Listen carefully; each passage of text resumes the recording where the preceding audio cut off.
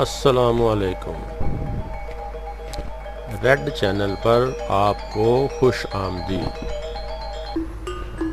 آج ہم ایک ایسی کہانی آپ کے سامنے بیان کریں گے جو خلیفہ مسلمین کے دربار میں پیش ہوئی۔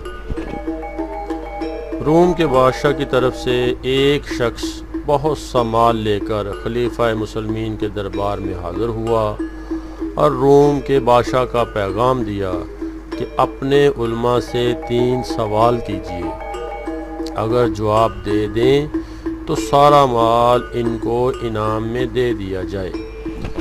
خلیفہ نے علماء سے سوال کیا لیکن کسی نے بھی تسلی بخش جواب نہیں دیا۔ حضرت نعمان بن ثابت امام ابو حنیفہ رحمۃ اللہ علیہ کم سن تھے، اپنے والد کے ساتھ حاضر ہوئے تھے۔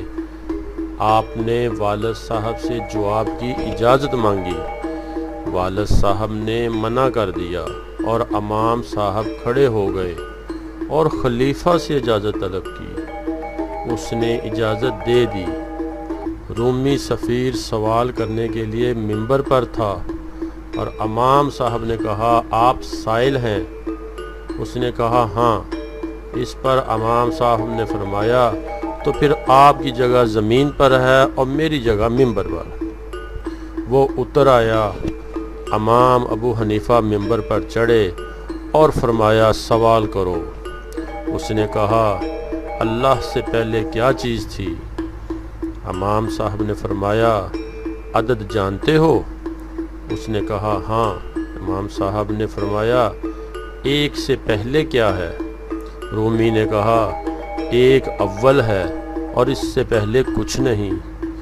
امام صاحب نے فرمایا، جب واحد مجازی لفظی سے پہلے کچھ نہیں تو پھر واحد حقیقی سے قبل کیسے کوئی ہو سکتا ہے؟ رومی نے دوسرا سوال کیا، اللہ کا رخ کس طرف ہے؟ امام صاحب نے فرمایا، تم چراغ جلاتے ہو تو چراغ کا نور کس طرف ہوتا ہے؟ رومی نے کہا، یہ نور ہے، اس کے لیے ساری جہت برابر ہے۔ تب امام صاحب نے فرمایا، جب نور مجازی کا رخ کسی ایک طرف نہیں تو پھر جو نور السماوات والارض ہمیشہ رہنے والا، سب کو نور اور نورانیت دینے والا، اس کی کوئی خاص جہت کیسے متعین ہوگی؟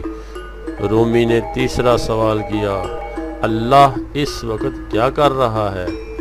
امام ابو حنیفہ رحمۃ اللہ علیہ نے فرمایا، جب منبر پر تم جیسا اللہ کے لیے مماثلت ثابت کرنے والا ہو تو اس کو اتار کر جو مجھ جیسے موحد کو اس منبر پر بٹھاتا ہے، ہر دن اس کی نرالی شان ہوتی ہے۔ یہ جواب سن کر رومی لاجواب ہو گیا اور مال چھوڑ کر چلا گیا۔ امید ہے ہماری یہ ویڈیو آپ کو پسند آئے گی۔ اگر آپ کو پسند آئے تو شیئر کریں، لائک کریں اور سبسکرائب کریں تاکہ اور مزید اچھی معلوماتی ویڈیو آپ کو ملتی رہیں۔ شکریہ۔